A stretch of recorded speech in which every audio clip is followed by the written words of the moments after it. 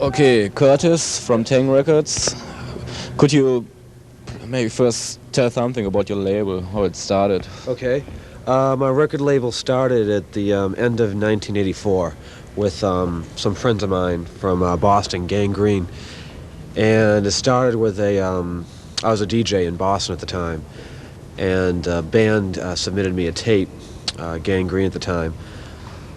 It was 2 songs, Sold Out, Terrorize. Band had no real plans of putting out a record. They were in Boston, not LA.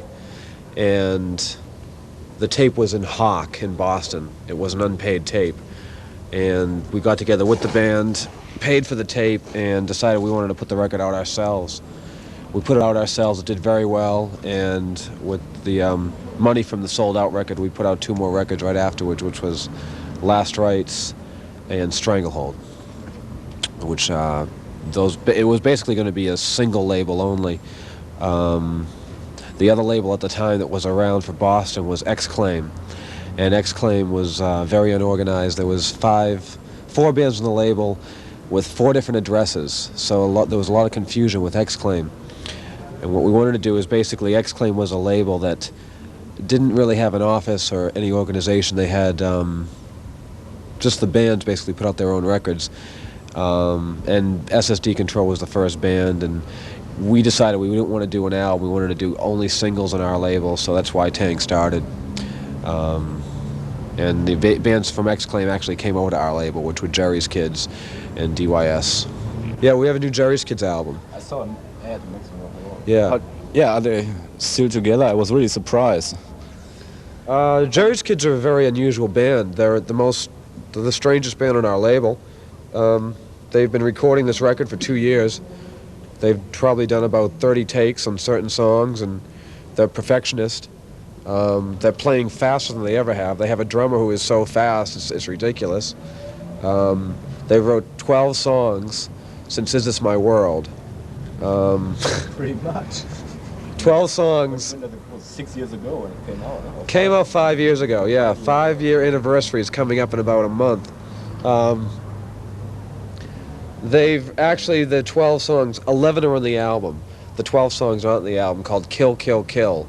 It's not on the album. It's the name of the album, though, because it was going to be called Satan's Toy.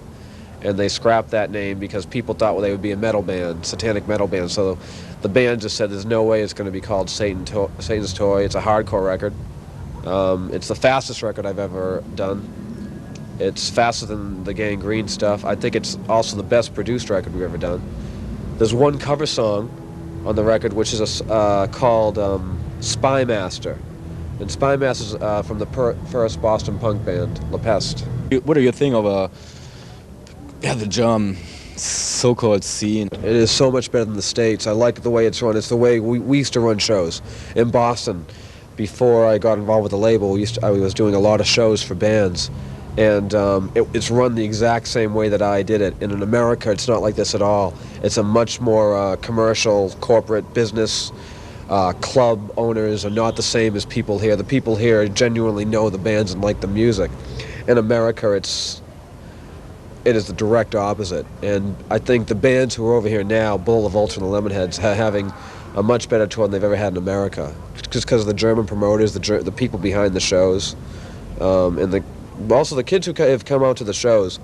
A lot of them know the records already, which I was kind of surprised. I didn't know how well our records are distributed here, but when Volta goes on, they're all yelling for Dead Wrong and Circuits. Seems to be the 2 hits off the record. This song is the one that he's been asking for since we got in school.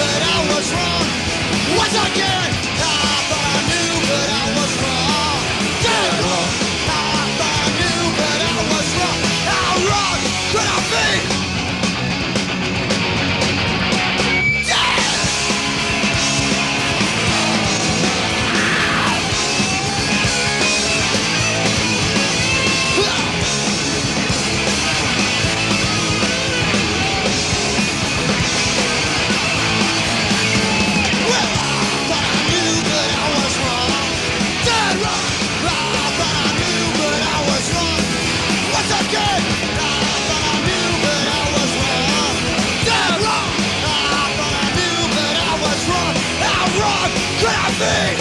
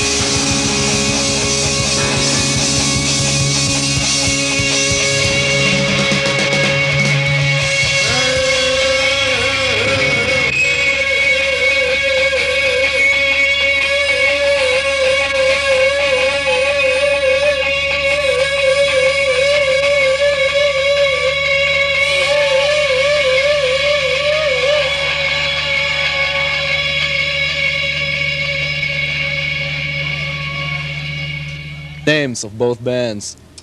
What means Bullet La Volta? Bullet La Volta. It's a conglomerate name we stole from different places. Like the Bullet we got from the Bullet Boys, the La we got from Yo La Tango, and Volta we got from a band called Men and Volts. We just stuck it all together. And we just stuck it all together and decided to call ourselves Bullet La Volta. Everyone knows what an acid head is, or a pothead, but what is a lemon head? It has nothing to do with acid head, that's for sure. A lemonhead is a candy, actually, It's in an America. American candy. And it's really kind of a stupid candy, and maybe it was a reflection on our own self-image. Lemonheads are stupid people. It's this little candy, sweet on the outside and the inside. It's really like sour. They all taste differently. You have one, it'll taste really good. Another one, and you'll get nauseous. It's like they're really they're Clay Tarver from Bullet La Volta is coming hither. How much did you say an elephant's genitalia weigh again? Very few people know that an elephant's genitalia weigh 90 pounds. Oh, you want to come sit down? No way, 9. I don't know what that is in kilos. It's like 54 kilos. About, yeah. That's pretty much. Yeah. That's pretty much. Clay Tarver. Clay is almost synonymous with elephant-weighted penis.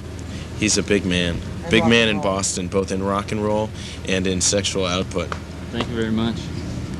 He's one of my favorite rock idols from a sexual point of view. Is Clay Tarver. So what are we talking about? What do you think? We've just Anything been you talking wanna about the talk about? names. Right now we're You are from Boston, or from the Boston area. How much are you connected with the old Boston hardcore scene? Like, the other band from this is Boston, not LA. Can I clarify? The Yeah. connection is that Anderson, Indiana, Scranton, Pennsylvania, Boston, Mass, Cambridge, Mass, San Antonio, Texas. But you all live now in Boston, Yeah. or near. And basically the hardcore scene, all the old hardcore people in Boston despise the Lemonheads. Yeah. Yeah, that's pretty true. they're synonymous Just because, with bullshit. yeah, the Lemonheads are horrible to all hardcore people, because we are, kind of, to them, horrible. We don't play that kind of stuff. We don't have a message.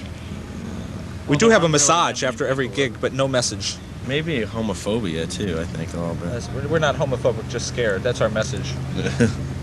Yeah. Yes. A lot of people don't seem to realize how, because the Boston hardcore scene seems so like tough, that a lot of people don't realize like how it was like really one of the most homosexual of like hardcore scenes all over.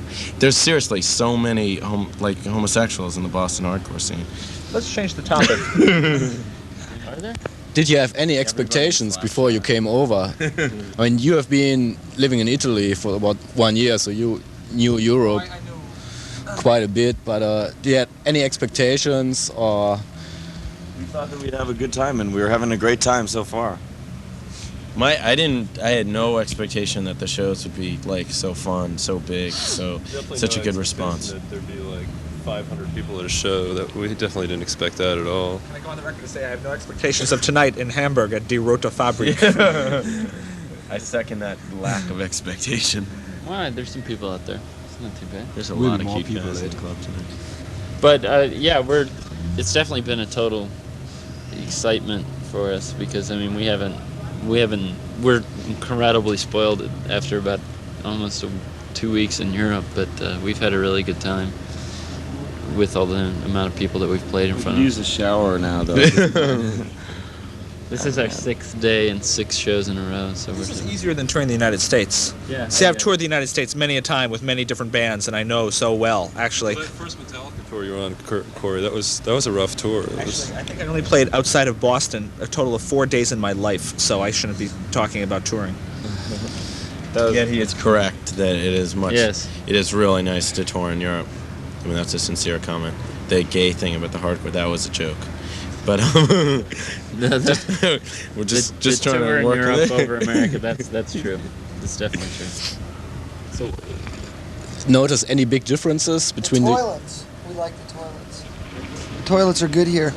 Your shit gets to sit on a little ledge there, and you get to watch it before you flush it down and pushes it over the cliff. I kind of like that because it doesn't, when the turd hits the water, it doesn't splash water back up on your ass. The door.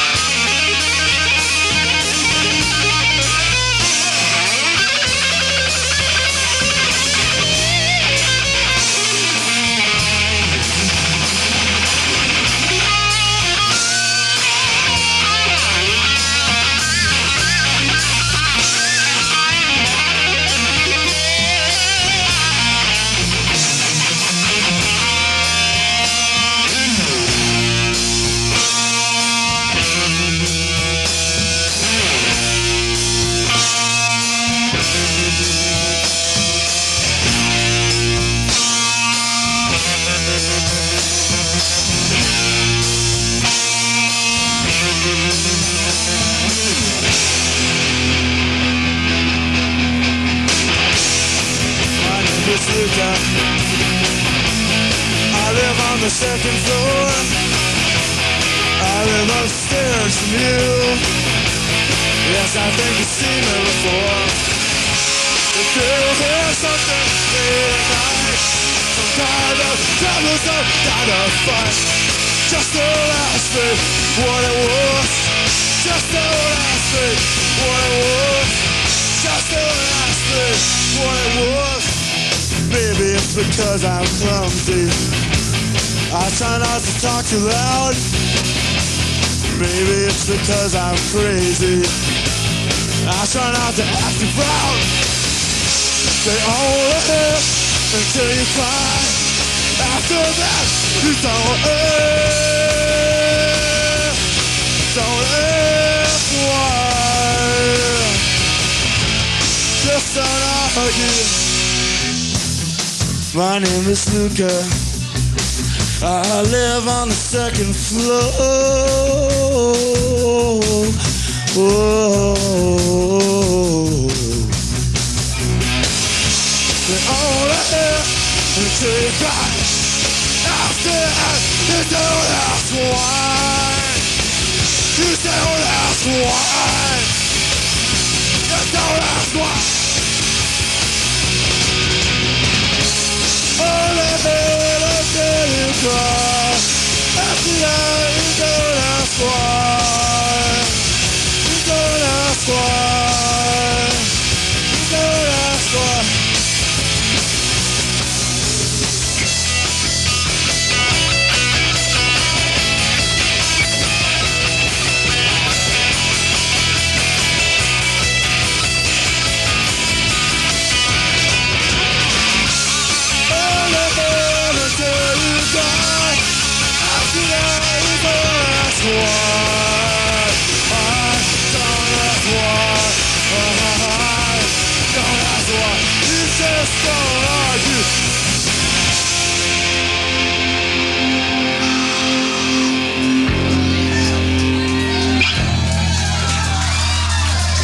Other differences have just been like the amount of people that are into music that would be willing to come see a band like us.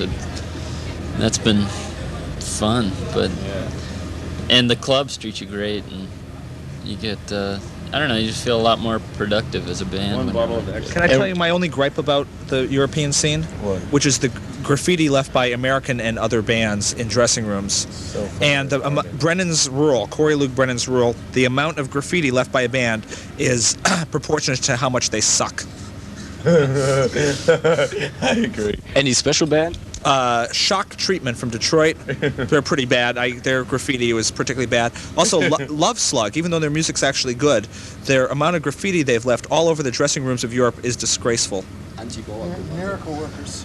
Stuff is everywhere. I don't know anything about the band, but they've written some really stupid shit on the walls. The music is good. That's why it surprises me. It's the exception to Brennan's rule, which proves it. Two exceptions to prove the one example. The only thing I appreciate is any RKL graffiti, because RKL's graffiti is so tasteful, just like their music.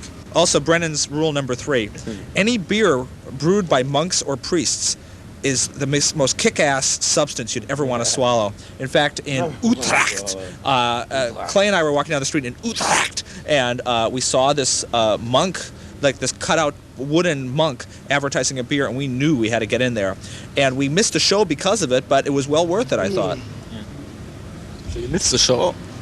Well, I was present on stage, but I don't remember anything except threatening to jump into the audience to beat someone up because they had thrown a beer on me, only after I had just invited them to throw as much beer on me as possible.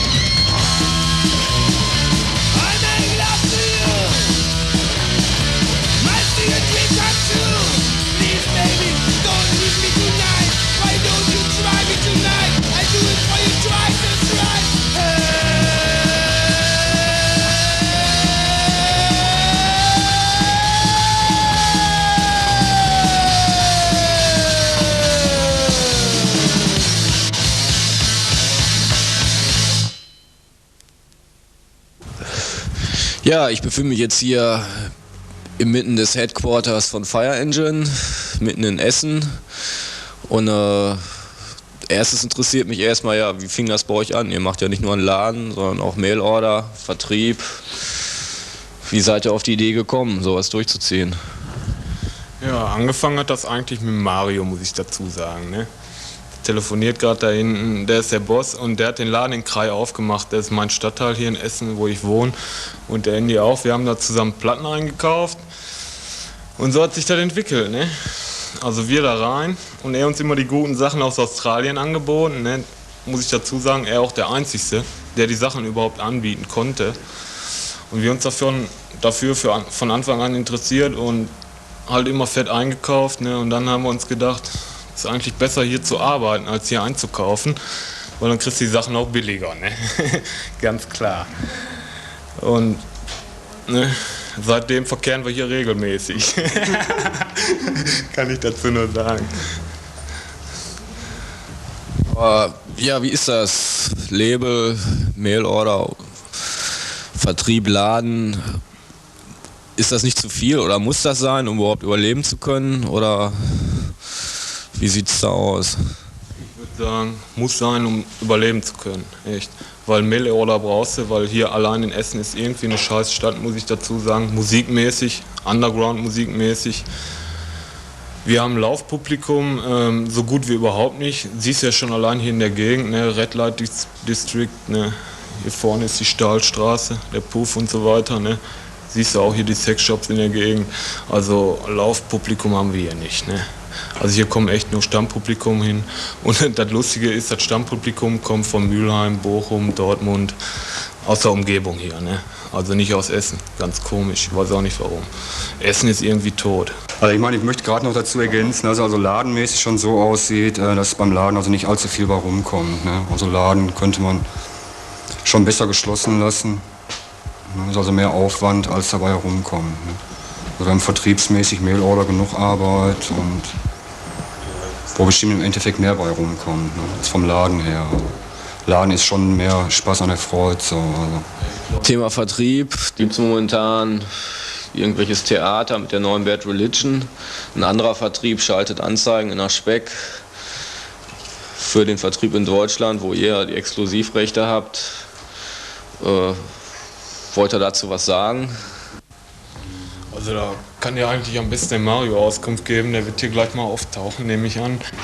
Sagen, weil der Mario macht auch die meisten Connection halt, muss ich jetzt mal auch mal dazu sagen. Wir erzählen hier immer gut die Großhandelssachen und so. Der Mario checkt halt alles ab, ne? Weil der kann auch korrekt Englisch, wir können das nicht so gut, will ich mal sagen, nicht so korrekt, ne? Dass die Amis da drüben direkt alles verstehen und der checkt das alles ab und macht die Connections klar, ne? Ja, der Chef ist jetzt endlich eingetroffen. Ja, erzähl doch mal kurz, wie läuft sowas ab? Also ja, Exklusivvertrieb von Bad Religion. Müsst ihr da Kohle rüberschicken oder? Weil ist auch eine Menge Geld schon wieder im Spiel bei so einer Band. Ja, das ist allerdings wahr. Jetzt war noch diese Vertriebssache, die du eben schon angesprochen hast. Aber das war auch nicht das Einzigste. Da haben also andere deutsche Independent Labels, die die Platte lizenzieren wollten, haben also auch hohe Summen geboten, also Garantiesummen, um das für Deutschland lizenzieren zu können. Wieso habt ihr einen Zuschlag gekriegt? Die Frage ist eigentlich ganz gut. Ja, den Zuschlag, also haben wir bekommen, weil, also genau weiß ich es auch nicht, aber ich schätze, es liegt daran, dass wir vor längerer Zeit die ersten waren aus Deutschland, die Epitaph Records ankontaktet hatten und er bisher mit uns gute Erfahrungen gemacht hat. Also er kannte uns relativ gut über eine längere Zeit jetzt und bisher lief auch alles glatt. Es gab dann keinerlei Schwierigkeiten und es gab eben aus diesen Gründen wahrscheinlich keine Veranlassung für ihn. Also ich spreche jetzt Brett Kiorowitz speziell an, den Gitarristen, dem auch das Label gehört. Da also das Label zu wechseln oder einen Vertrieb zu wechseln oder was auch immer jetzt in dieser Richtung. Ich schätze, dass es daran war, ja. It's called Name It Mine.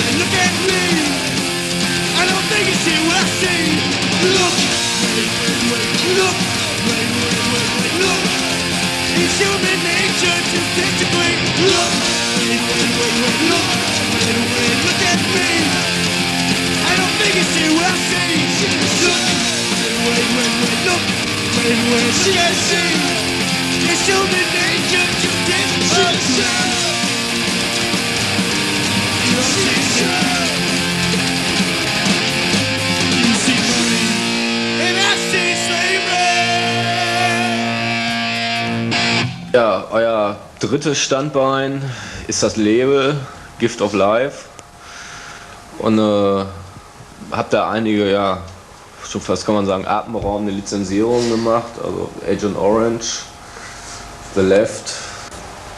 Das war so gewesen, also wir kannten Postspor schon ziemlich lange, also wir hatten die Platten gesammelt, von denen die er damals rausgebracht hatte so seinen Höhepunkt Anfang bis Mitte der 80er. Und ja, und das war eben, wie soll man sagen, also wir hätten schon gerne Agent Orange auf dem Label gehabt und so ist es dann auch gekommen später. Und mit The Left, das hat mehr oder weniger der Horst gemacht, das ist eine vergriffene Platte. Das sind ja an sich 2 Platten. Ja, richtig. Also sind 2 Platten, also die es schon seit längerem nicht mehr gibt. Und ja, wir fanden das eben schade, dass es die nicht mehr gibt, weil die gut sind. Und deswegen haben wir die wieder aufgelegt. Gibt es da weitere Veröffentlichungen, die geplant sind? Ja, also es sind ziemlich viele Sachen geplant. Also wir wollen auch noch eine ganze Menge 7-Inch-Singles herausbringen. Unter anderem eine Wiederveröffentlichung der ersten Guild-Single, der ersten Germs-Single. Das ist auch schon so gut wie klar. Und Zusammenstellung von Electric Blue Pegasus aus Finnland. LP, Ja. sehr gute Zusammenstellung. Ja. Dann in Planung LP der Sticky Fields aus Neuseeland, Weep Woman Weep, darf man jetzt auch schon sagen. Also ihr wollt euch auch so neben Australien, Neuseeland habt ihr ja eine besondere Connection so ziemlich auf die alten LA Punk-Sachen spezialisieren. Ja, also weil das ist, was wir selbst auch hören.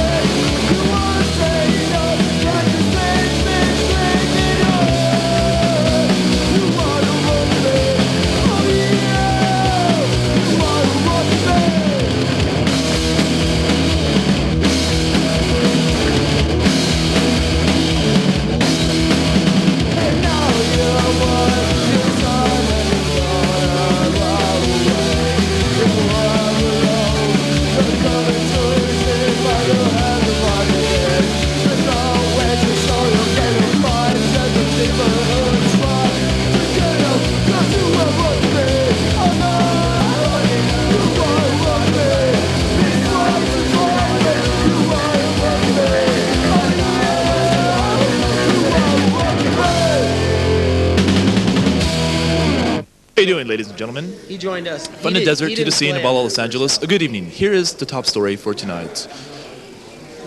My number 4 just tore a new hole in Hanover.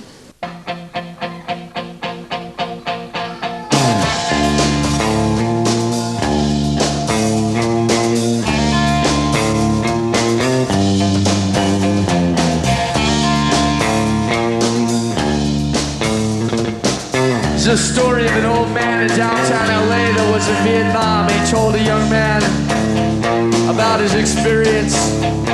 He was a soldier. It's called the Vernal equinox. He said, the black velvet sky drops to the sea. The dull green knife pierces my tongue.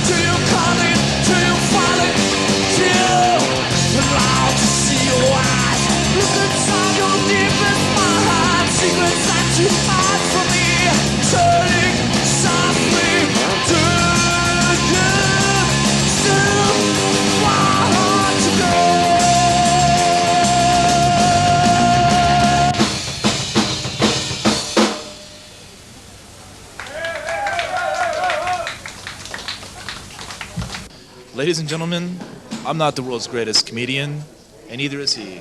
So I will give this mic to Mark. Yeah, Rich didn't play on our first album. He just joined us about 2 weeks before we left on this tour.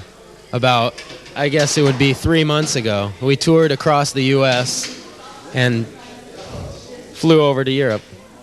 And so Richie is basically a new member. Spike and Mike have had Mind Over 4 together for about 7 years, just playing together and creating sounds. I joined them about 4 years ago. What we do, Mind Over 4, we fuse all different styles of music together. Jazz, funk, hard rock, punk. We just fuse all of these styles together into our music. You know, we sing about life. We occasionally get a little political, but we don't take political stands because it's not our job. We're not running for president or anything. We're playing music.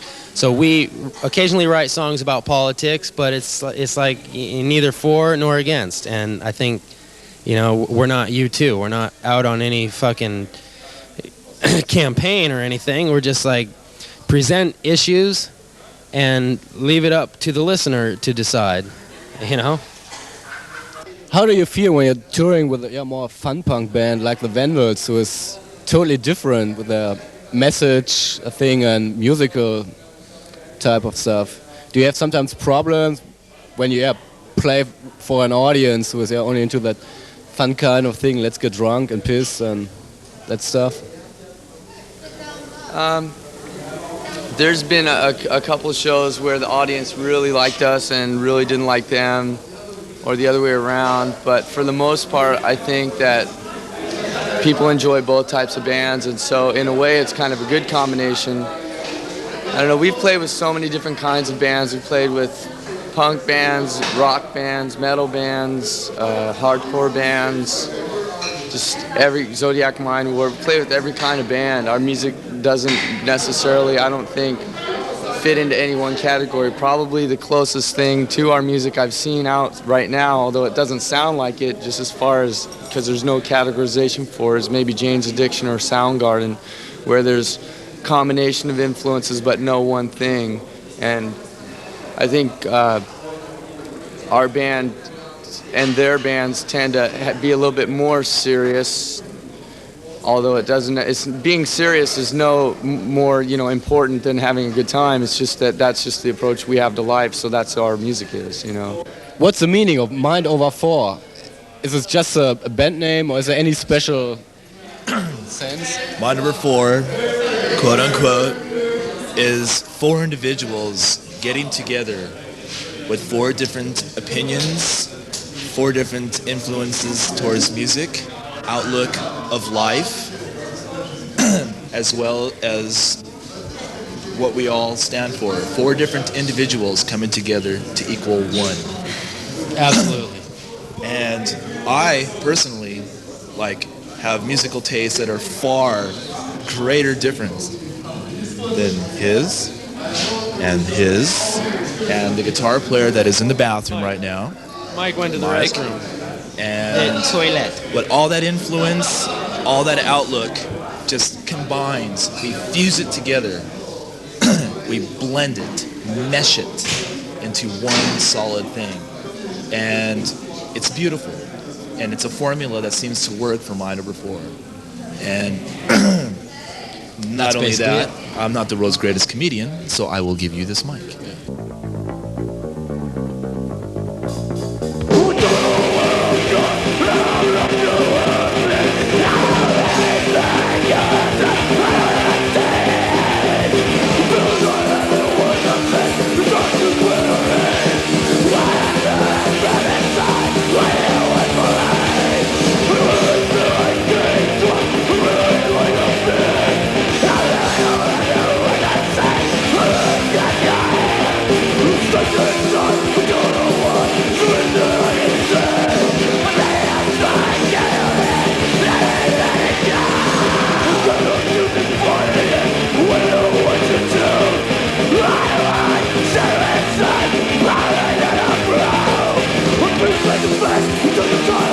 Against the chance to you, against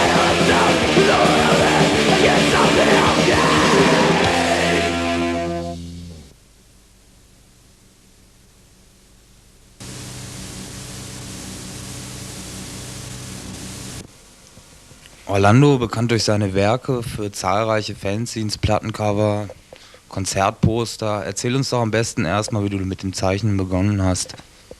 Ja, das war schon im Kindergarten, da war das Papier gratis, da habe ich so viel gezeichnet. Da konnte ich nicht alles nach Hause tragen, weil ich sonst den Weg nicht gesehen hätte. Ja, später, da haben wir schon immer alle gesagt, ich werde mal Künstler. Habe ich nie geglaubt so. Da gehe ich dann auch mal zur Kunstschule so, da verbrachte ich dann 2 Jahre, das war nicht schlecht, so von wegen Handwerk und so. Und sonst halt immer neben dem Beruf so sonntags bei schönem Wetter halt zeichnen. Gibt nicht anderes. Hast du auch einen Abschluss da gemacht? Nein, ich habe in der Schule bin ich sowieso nur gegangen in die Fächer, die mich auch interessiert haben und mich weitergebracht haben. Und so bin auch noch ein bisschen ins Aktzeichnen oder so. Ist einfach gut, wenn man sich irgendwie die Augen offen hält und probiert weiterzukommen. Ich finde, die Kunst kannst du nicht an einer Schule lernen, du kannst nur das Handwerk dort lernen. Das kann ganz nützlich sein, soweit. Wie bist du denn dann speziell dazu gekommen, für Fanzines was zu machen? Ja, ist ziemlich schwierig zu sagen eigentlich. Kann ich mich schon gar nicht mehr erinnern. Mein erster Umschlag, so, das war schon 78 oder so. Der erste Versuch wurde nicht verwendet so, und dann mal ein Beitrag im No Fun. Und dann später mal, wo war es denn? Das kann mich schon gar nicht mehr erinnern. Das waren so viele Fanzines, die inzwischen wieder weg sind und keine Ahnung mehr. Wann hast denn du angefangen davon zu leben? Dieses Jahr. Kann man sagen. Ja, ich habe natürlich kontinuierlich darauf hingearbeitet, aber eigentlich richtig davon leben tue ich erst dieses Jahr. Ich habe eben vorher als Steinmetz gearbeitet, auf dem Bau so. Und dann irgendwie habe ich es halt probiert mal, den Sprung gewagt oder so. Wie teuer sind deine Zeichnungen?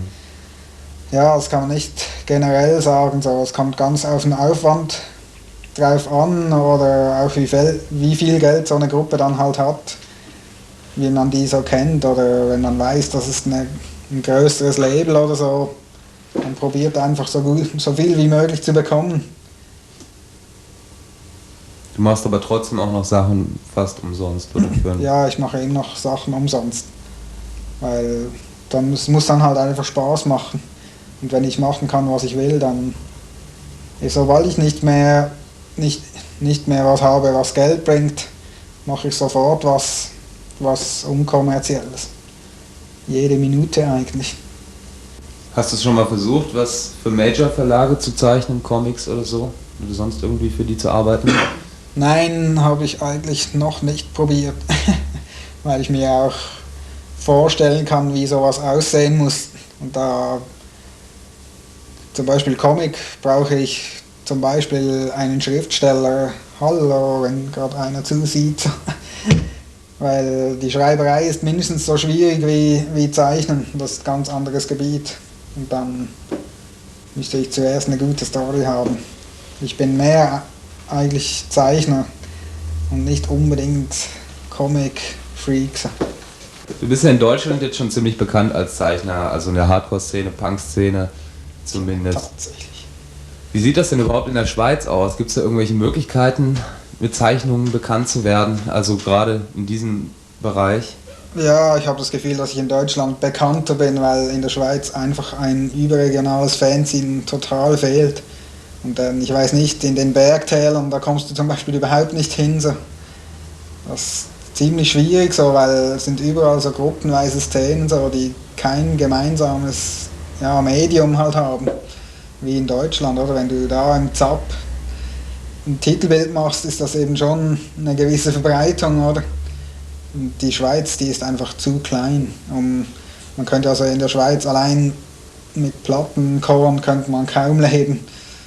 Der Grund, warum du ja jetzt hier sitzt, ist, dass du momentan unheimlich viele Tätowierungen vorzeichnest. Erzähl doch mal was darüber, wie das angefangen hat. tja, Vari und ich haben mal zusammen Grabsteine geklopft und dann hat er schon angefangen zu tätowieren so und ich habe mich langsam so als Zeichner ein bisschen hochgearbeitet. Und als ich dann von einem längeren Trip so durch Kanada zurückkam, da hat er schon einen Laden gefunden und inzwischen war er schon recht bekannt und ging fast in Arbeit unter und dann konnte ich da nicht widerstehen, ihm da zu helfen und mir da eine Ecke einzurichten.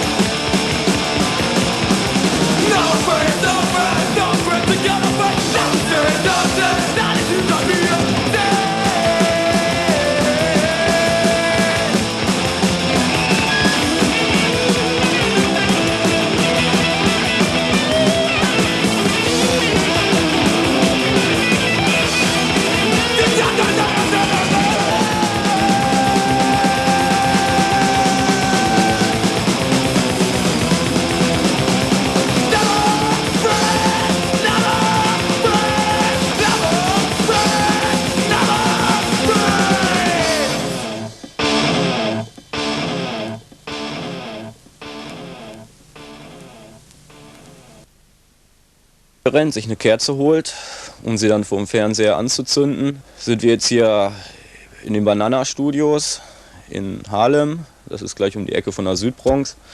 Ich sitze hier mit Endino, seines Zeichen Hausproduzent von Sub-Pop und Produzent der neuen Last Luck LP, die jetzt demnächst erscheinen wird. So, how you came to produce Last Luck? Well, they called me up, actually. I think it may have been Tony's idea, but I guess they've been listening to a lot of the records I've produced, Sub Pop and other stuff. It seems to all be doing pretty well over here. So Reinhard from Glitterhouse called me up, and one thing led to another, and here I am. How do you came to producing records? Do you start pretty young when you just... Not really. I was a musician first, and I started in my basement, like a lot of people do, you know, with their own sort of basement studio. And you sort of build up clients, you know, people who like what you're doing. And, you know, eventually you can move up into a studio and then up to a bigger studio, and then you can start moving around to different studios and doing... you know, producing other bands. You know, there's a certain kind of music that I'm known for producing, and you sort of have to specialize. I mean, some people do dance music, and some people do, commercials or whatever, and I just happened to do grungy rock and roll. So. But that's the music you like personally? Yes, yes, actually. I mean, I like a lot of other stuff too, but that's the kind that I enjoy producing the best. It's the kind of music I play when I'm playing music.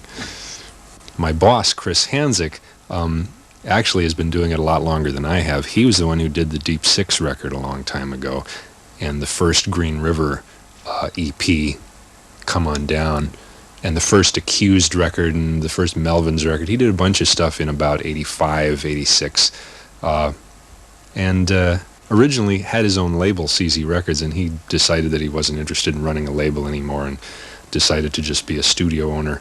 And along about the time that he quit doing that, I started doing it. So my boss, Chris, actually is the one that got me started on it, and I've sort of taken over that sort of scene in Seattle. And when you listen to records that have been recorded reciprocal, there are a lot of records who are like first Soundgarden or Matani 7 Inches who are on 8-track, but they got a total killer sound like other records on 16 track. Is there a special secret? Well, actually the first few years of Sub Pop stuff was all 8-track because that's what we had at Reciprocal. It took me a while to get the hang of getting the same sound out of a 16 or out of a 24. The reason is the 8-track, it sort of has to do with the way you record on an 8-track. You only have one guitar track or two guitar tracks instead of 5 or 6. You have 1 or 2 vocal tracks. You have just a couple of drum tracks, and so you have to kind of make everything count. The performance has to be really good. You can't overproduce on an 8-track. So we had a lot of fun with the 8-track. Also, the 8-track was cheap, which allowed people to have a lot of time to experiment and a lot of time to mix.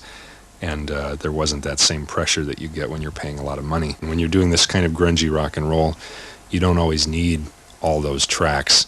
The Nirvana album, there's written on the back cover, this album has been recorded for $600, which is for European standards pretty cheap for such a sound. Is it for American standards as well? That record is funny. That is the very last 8-track LP that we ever recorded at Reciprocal. 8-track? It is 8-track. That's why it's so cheap. Not only is it 8-track, but it was recorded a long time ago when the rate for the 8-track at Reciprocal was very cheap. And of course, I gave them a discount because they were my favorite band. And in addition, they're a very fast band to work with. They did everything in one take, all of it live, one guitar, one vocal, one bass. Very simple. We didn't even use all 8 tracks. The next record they're going to do, they've decided they're going to spend a lot more time on it. But it was a good record, for the time. It sounds great, considering. We really did only spend $600 on it, but those kind of records aren't really my favorite records to do. I like to have a little more time. Coyote walking down the street, looking for some leftovers to eat. That's you, Dada. Young fresh meat or some old cadaver. It doesn't matter, just gotta have her. I'm running, got my tail between my legs. I'm running, gotta cover up my tracks. The last thing alive in my memory. Why is it so that, especially from this one town, are coming so many, grungy bands? Is it a special climate there, or the Green River Murders? The climate is pretty rainy. It's foggy, it's rainy, it's kind of cold. People sit in their basements a lot. It's actually just has to do. There just seems to have been a certain group of people that all came together at a certain time, and it just happened to be right. A lot of the same people had been playing in the same little music scene for years and years in different bands, and it's a pretty close-knit thing. Everybody knows everybody else. A lot of them have been in bands with each other. Various of them have gone to different schools together. They've lived in the same houses. People in Mudhoney have been in different bands for years and years, and The Sub Pop record thing just happened to come into existence at the right time to be able to take advantage of that and promote it. And I guess it's luck. Next few years from now it might be another city. It could be Madison, Wisconsin or something, who knows, but Seattle just happens to be where it's happening right now. Yeah, how about Sub Pop? So Sub Pop is a big media mogul in Seattle, or? Yeah, they like to think they are, I suppose. They are definitely the biggest local label in the Pacific Northwest, or at least perhaps not the biggest, but Sub Pop gets the most attention, they do the most work, they put out the most records of anyone from the Northwest. Especially Sub Pop has some kind of certain style, concept, with art, hair of the length of the hair of the bands. Well, and Sub Pop doesn't dictate the length of the hair. They do have a certain... Sub Pop does have a visual style that they've tried really hard to pin down. All their photography is taken by a fellow named Charles Peterson. Real good guy, has a real, he has a style that is instantly identifiable. You can tell a Charles Peterson photo. There's usually a lot of hair waving around and a lot of motion. Like the Sub Pop 200. The whole booklet of Charles Peterson, that's like the Charles Peterson primer there. And a lot of it I engineer, so there's sort of there's a consistent sound, at least with the Seattle stuff. I don't do all of it, but a good deal of it. And they have a certain group of designers who do their graphics for them, and they have a very clear idea what they want. You play in a band too called Skinyard. Skinyard, yes. Do you have still time to play there, or is it not as much as I would like? It is very difficult to say. I'm actually in two bands. I play drums for a band called the Crypt Kicker 5, which is kind of a sort of a surf punk outfit, very strange band. Definitely not Sub Pop material, but that's fine. It's a whole different crowd. I get to see different faces at those shows. And then Skinyard, which I play guitar for. And it's very hard. I wish I had more time for music. If I wasn't able to do music, I would get really tired of producing bands, because if you don't have some musical outlet of your own, you get jealous of these people, sitting in there having a great time playing if you can't go home and do some playing on your own.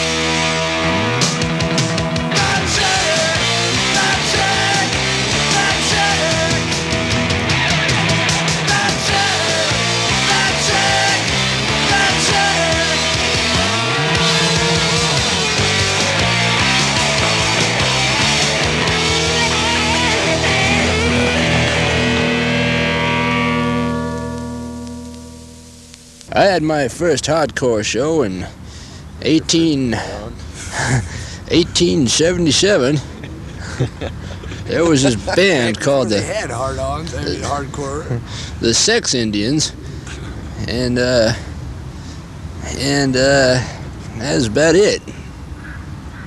That brings us up to today. Yeah. That brings us up to sea level. Come back here, dog. I want to fuck you with this thing. These guys are in the fluid. James and Matt. And they just came over to do some things. And, well, what's your thing? Well, I'll show you. My thing is I play the guitar, and that's kind of like a banjo. So I guess you call me Guitar Boy. And Mr. Matt right here. Mostly I drink beer and sleep, and I participate in U-turns. Well, it seems like every town we go to, we have no idea where we are. So we have to make a series of U-turns to find phones. Right. To find out not where we are. Right. To find out we got the wrong phone number. To find out where we aren't.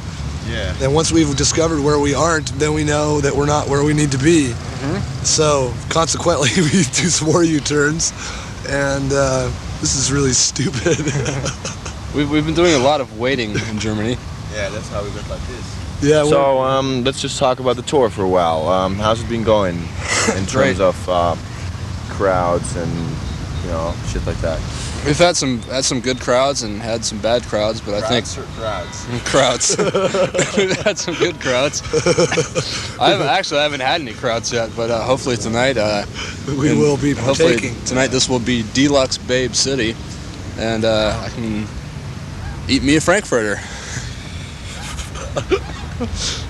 It's all right. It's okay to play to crowds that really don't know about you at all. I mean, it makes you better at playing. You know, if you got to be able to play to a good audience and a bad audience. You know, you got to try and pull it off. It's the whole point of it. You know, if everything was if every gig was perfect, then it would be a drag. You know, you got to have ups and downs.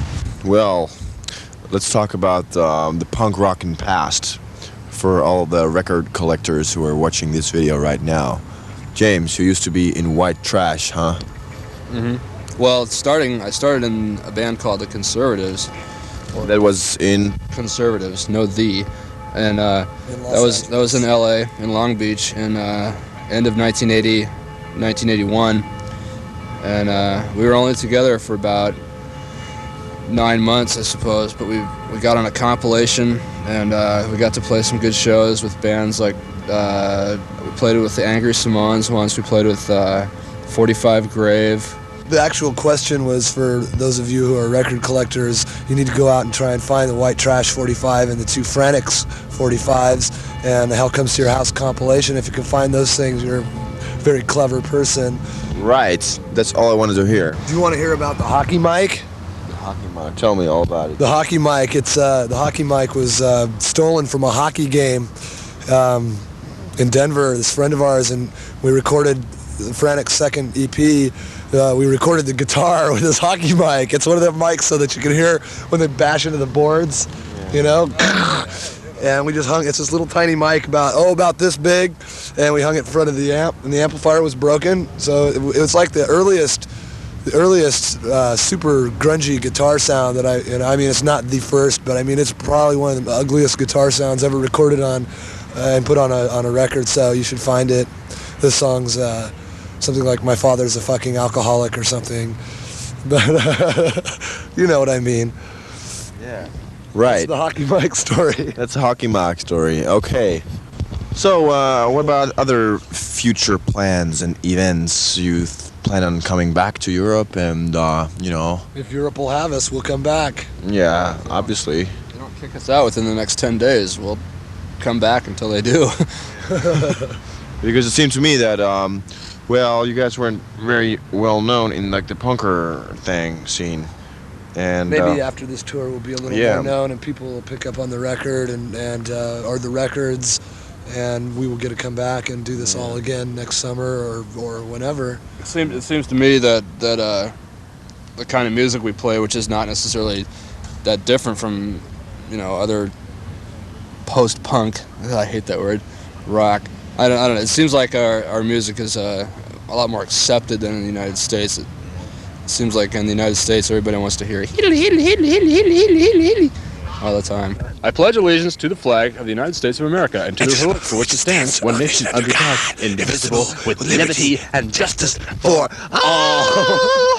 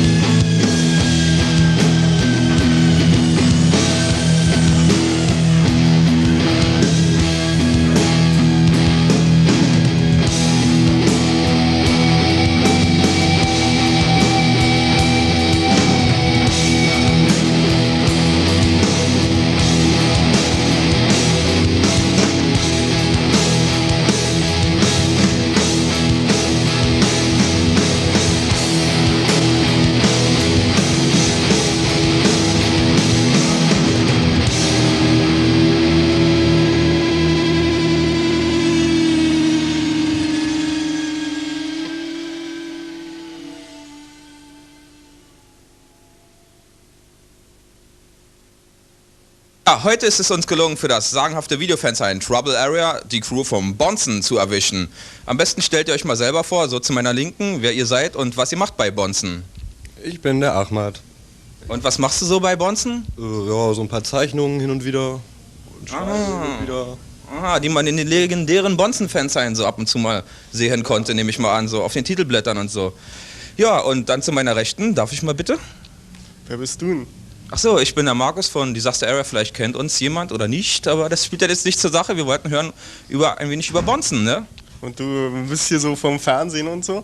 Ja, ich mache normalerweise so, bin ich so freier Reporter und so, aber es tut jetzt wirklich nicht zur Sache, wir wollten ein wenig über Bonzen erfahren, ne? Ja, also ich bin Zündi. Ach, das ist der Zündi, immerhin. Und was machst du so bei Bonzen? Ja, ich mach da so ein bisschen was. Du machst so, schreibst du so ein bisschen und so? Ja, ich meine so, stell doch ihn erst mal vor. So, ja. Wer bist du denn eigentlich? Ich bin Flo und meine Hobbys sind Bonzen machen und schlafen. Bonzen machen, das hört sich natürlich sehr interessant. Wie machen wir einen Bonzen? Also jedenfalls hat das alles halt mal im kleinen Lichterfelde angefangen, so als kleines Kiddie-Fanzine und dann gab es da so ein paar Ausgaben und wie das immer so ist, irgendwann gab es keine mehr so. Aha, es gab keine mehr. Und wann ist denn Bonzen wieder zum Leben auferweckt worden? Ja, das war so 86, da gab es dann praktisch so die zweite Generation Bonzen. Und das war dann halt mit Flo, Ahmad und mir und noch jemanden so. Ja. Und da so die ganzen Namen so und Ideen, also so da zum Beispiel das so groß ist und so, wo sich immer alle drüber ärgern, so das haben wir halt auch so übernommen, das war schon immer so groß so.